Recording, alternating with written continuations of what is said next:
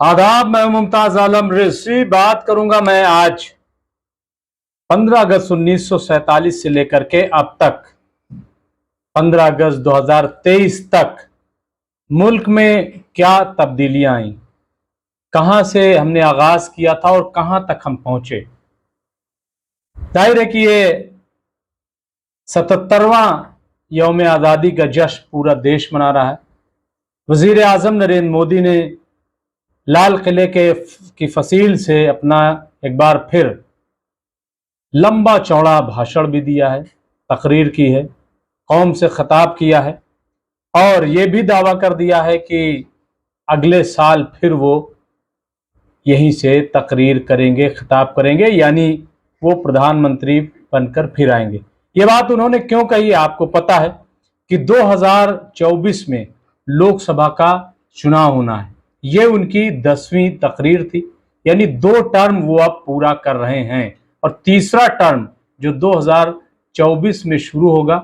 जाहिर है कि अप्रैल मई में चुनाव हो जाएंगे और उसके बाद फिर सरकार बनेगी तो पीएम मोदी फिर से पीएम बनेंगे। ये उन्होंने अपनी तकरीर में ये बात कह दी।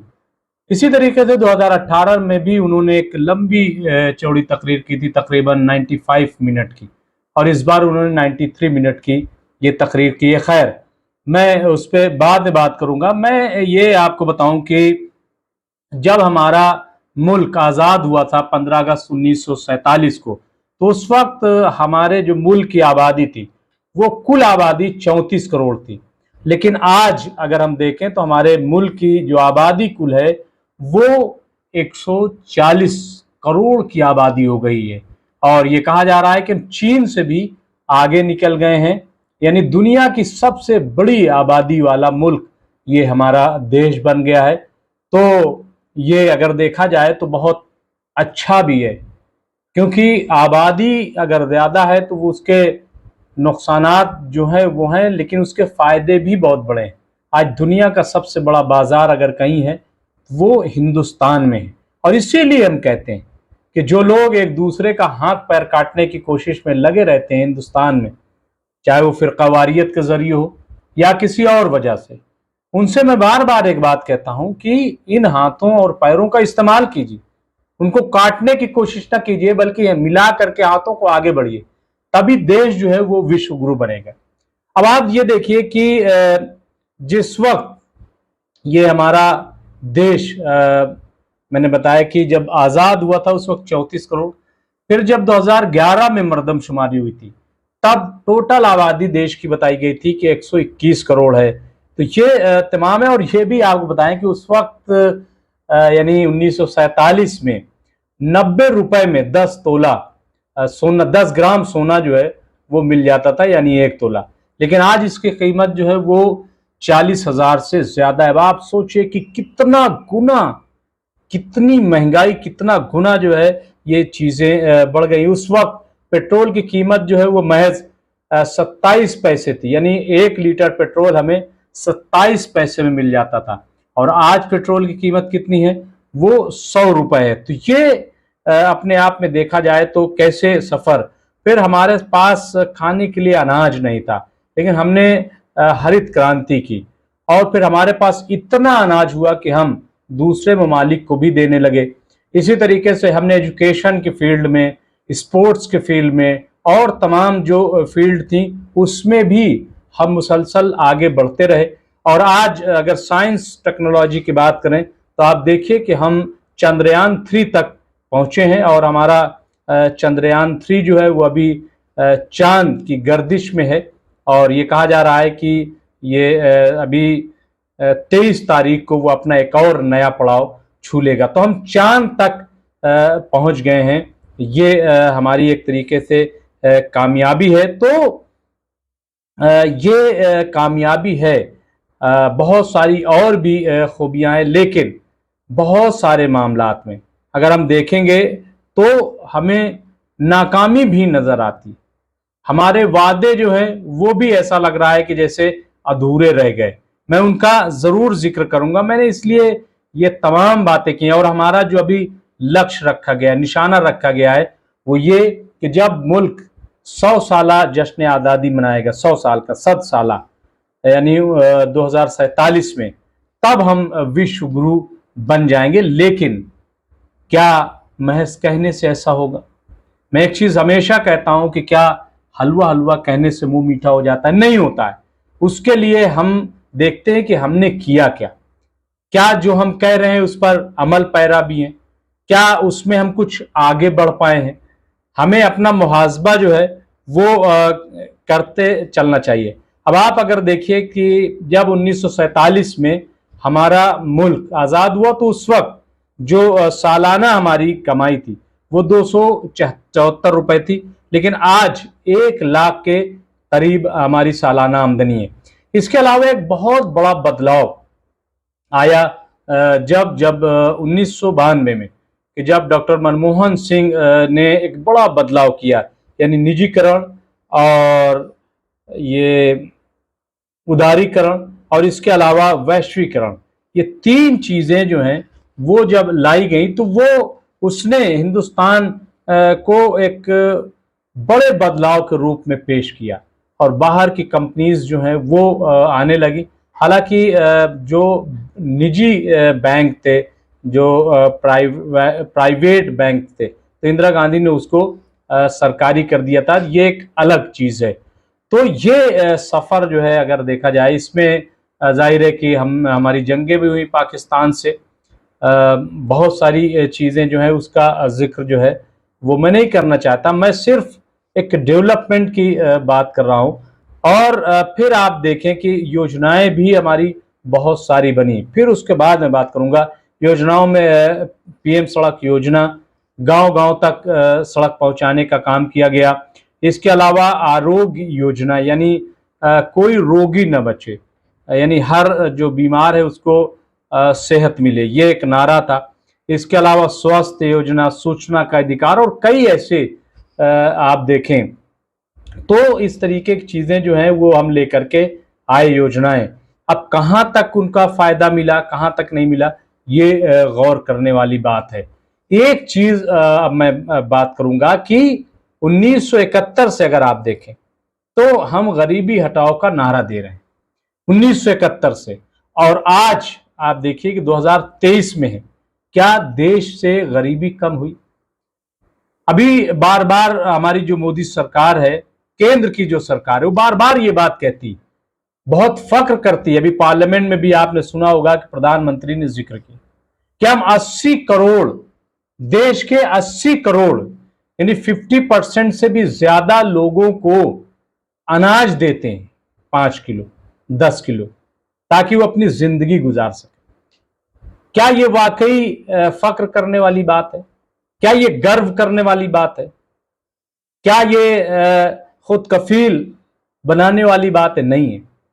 अगर आज भी हम 80 करोड़ लोगों को, यानी 80 करोड़ लोग एक तरीके से मोहताजी जिंदगी गुजार रहे हैं, वो सरकार पर डिपेंड है कि वो अगर अनाज देगी तभी हम जिंदगी गुजारेंगे। अब आप बताइए कि अगर 80 करोड़ आबादी वो सरकार की तरफ ऐसे देख रही है कि कब अनाज आएगा और कब हम खाएंगे, खुदा न खास्ता आप ये तस्वुर करें कि किसी साल सरकार न दे पाए किसी वजह से, जैसा कि अभी कोरोना आ गया था, और बड़े हालात हो सकते हैं। फिर क्या होगा उन 80 करोड़ लोगों का? कहां जाएंगे, क्या करेंगे, वो कैसे जिंदगी गुजारेंगे? तो ये इस पे गर्व नहीं करना चाहिए। मैं तो इसको गुर्बत की श्रेणी में मानता हूं कि अभी भी आप देखिए कि, और उसी तारीख में अगर आप देखेंगे चीन को 80 करोड़ लोगों को 80 करोड़ लोगों को गुर्बत से बाहर लेकर के चीन आया। चीन और हमारा अगर आप देखें तो चीन कहां पे और हम कहां पे? मैं कोई किसी मुल्क की तारीफ में नहीं बात कर रहा, बल्कि अगर आप दोनों को जोड़ेंगे तब आपको पता चलेगा कि हम कहां और दूसरा कहां। अपने मुंह मियां मिट्ठू बन जाना जो है वो बहुत अच्छा नहीं है।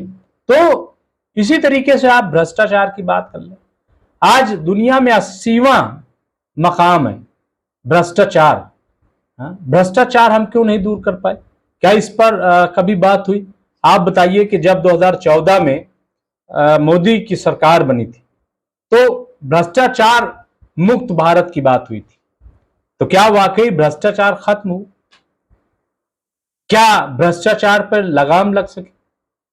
काला धन वापस लाने की बात हुई थी, तो क्या 1 रुपया भी काला धन बाहर से बाहर आया?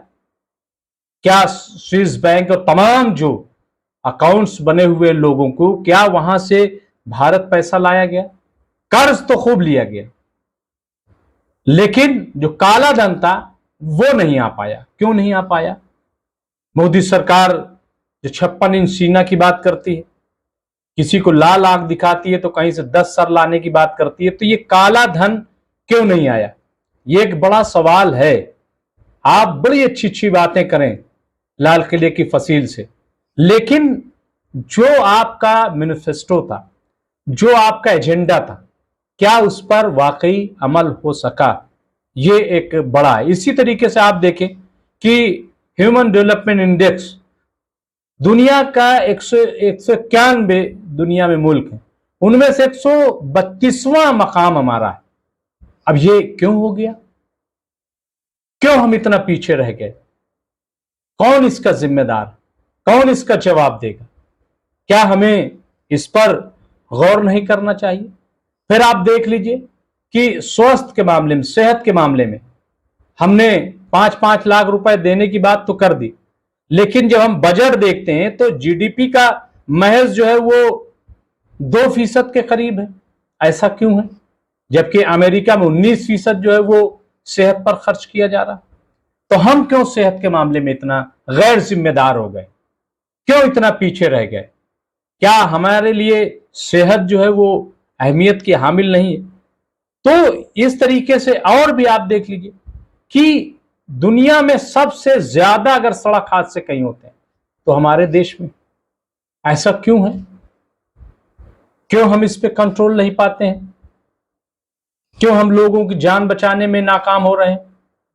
तो ये सवाल जो है, आप देखिए कि 2014 में जब सरकार बदली, आज 1000 साल गुलामी के बाद जो है वो प्रधानमंत्री ने लाल किले के फसील से की, प्रचीर से किया 1000 साल गुलामी।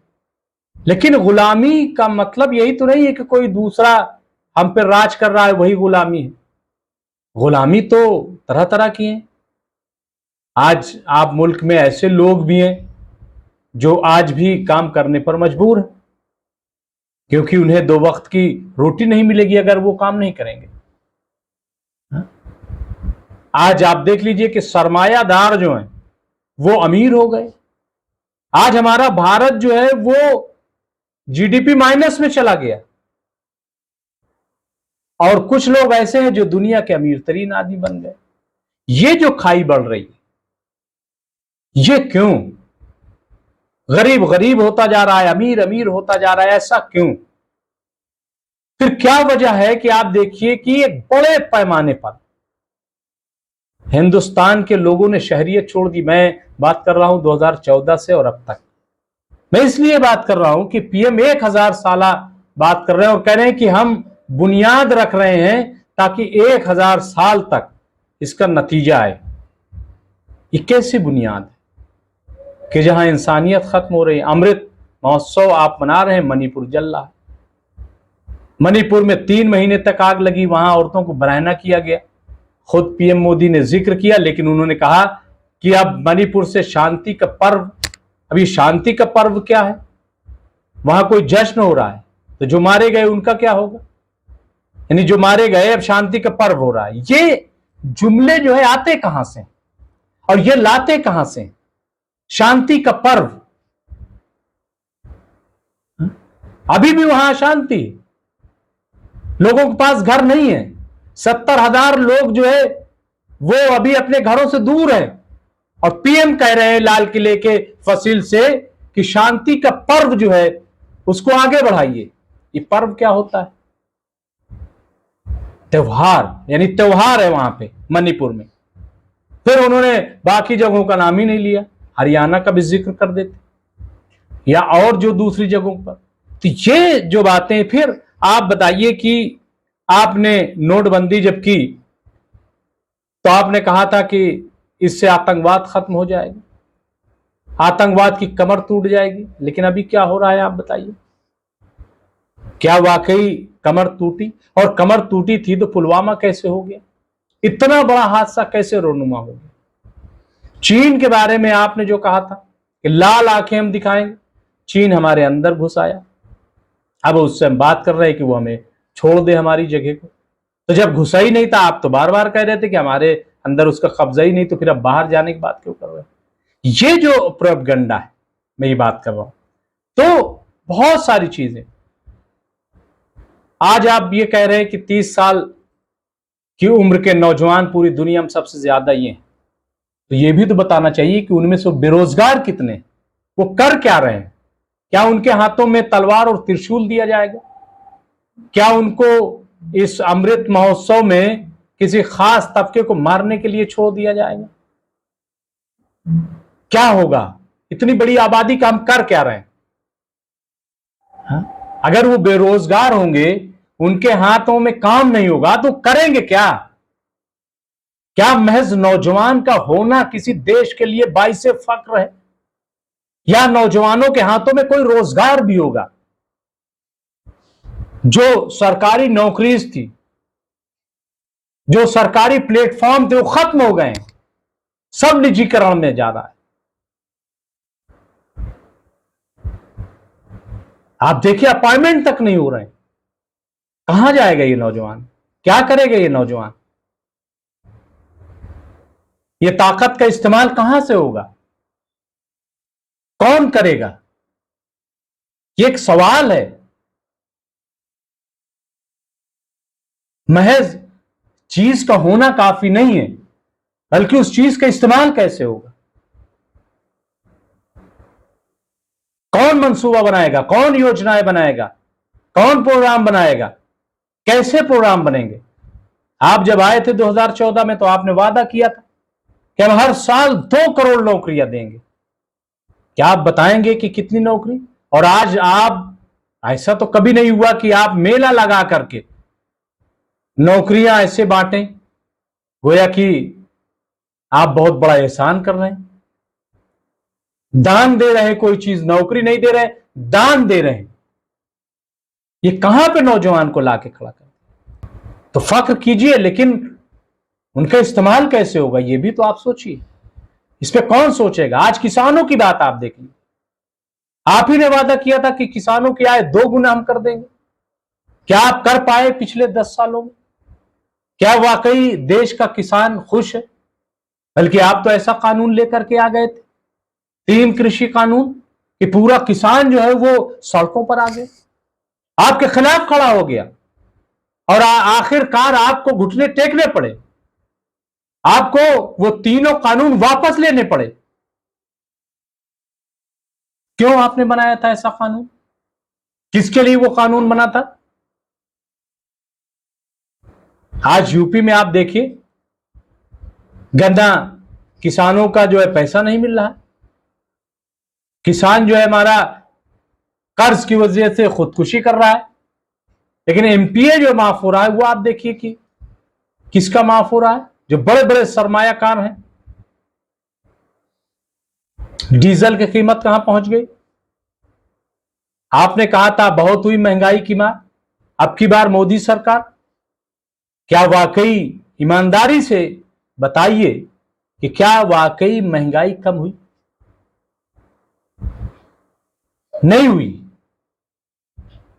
100 रुपए में पेट्रोल, दुनिया में जब कच्चे तेल की कीमत कम हो रही है, तो दुनिया में पेट्रोल जो है वो डीजल कीमत कम की गई। लेकिन क्या हमने पेट्रोल और डीजल की कीमत कम की? नहीं की, बल्कि उसमें इजाफा होता चला गया।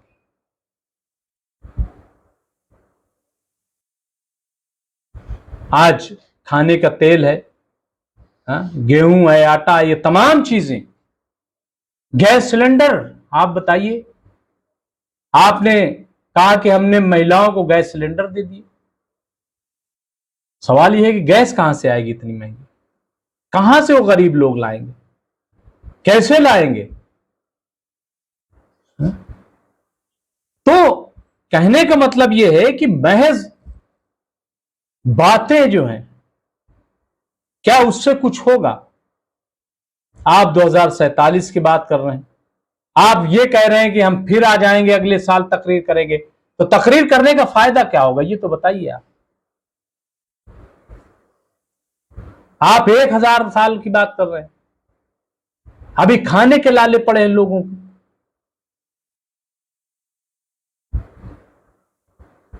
तो ये जो हमारा सफर है उस पर ईमानदाराना जो है वो काम होने की जरूरत है। और ये जो नफरत की राजनीति है, ये जो टारगेट करने की राजनीति है खास तबके, इस पर क्यों बात नहीं होती है? अगर देश के 25 से 30 करोड़ लोगों को अलग थलग करने की बात होगी तो क्या इससे देश विकास करेगा? क्या उथल पुथल की मौजूदगी में कोई देश विकास कर सका है? जमहूरियत की बात होती, लोकतंत्र की बात होती, 1000 मकान बगैर नोटिस के गिरा दिए जाते हैं, तो कौन सा लोकतंत्र? ये कौन सा लोकतंत्र है? आप अपनी मर्जी के कानून जो है पार्लियामेंट में पास कर लेते हैं, अपोजिशन कोई बोलता है आप उसको बाहर कर देते हैं, सस्पेंड कर देते हैं। ये कौन सा लोकतंत्र है? ये अच्छी बात है कि हम दुनिया के बड़े लोकतंत्र देशों में, लेकिन उसका निर्वहन कितना हो रहा है? एक खास तबके की नुमाइंदगी आप बार बार करते हैं। आप प्रधानमंत्री होते हुए मैं पीएम मोदी से कहना चाहता हूं, आप देश को नहीं, खास पार्टी को ऐसा लगता है हमेशा रिप्रेजेंट करते हैं। अभी आपने 2 घंटे 14 मिनट की तकरीर पार्लियामेंट के अंदर की, लेकिन क्या था? तो बहरहाल ये जो हमारा सफर है, मैं समझता हूं कि ये सफर अच्छा है, लेकिन सफर में कमियां भी हैं, खामियां भी हैं। और ये कमियां खामियां उसी वक्त दूर होंगी कि जब हम पूरी ईमानदारी से काम करेंगे, तासुब और फिरका परस्ती जहन से निकाल देंगे और मिलकर काम करेंगे। राजनीति हो, कुर्सी हासिल कीजिए, लेकिन एक खास तबके को नजरअंदाज करके, उसको टारगेट करके, ये ठीक नहीं है। मैं समझता हूं कि आइए हम सब देश की आजादी के जश्न में शामिल हों और इस अहद के साथ, इस संकल्प के साथ कि हम देश को नई ऊंचाइयों पर ले जाएंगे और ऐसी सरकार चुनेंगे, ऐसे लीडर चुनेंगे जो हमारे देश को उन्नति की तरफ ले जाए। बहुत बहुत शुक्रिया।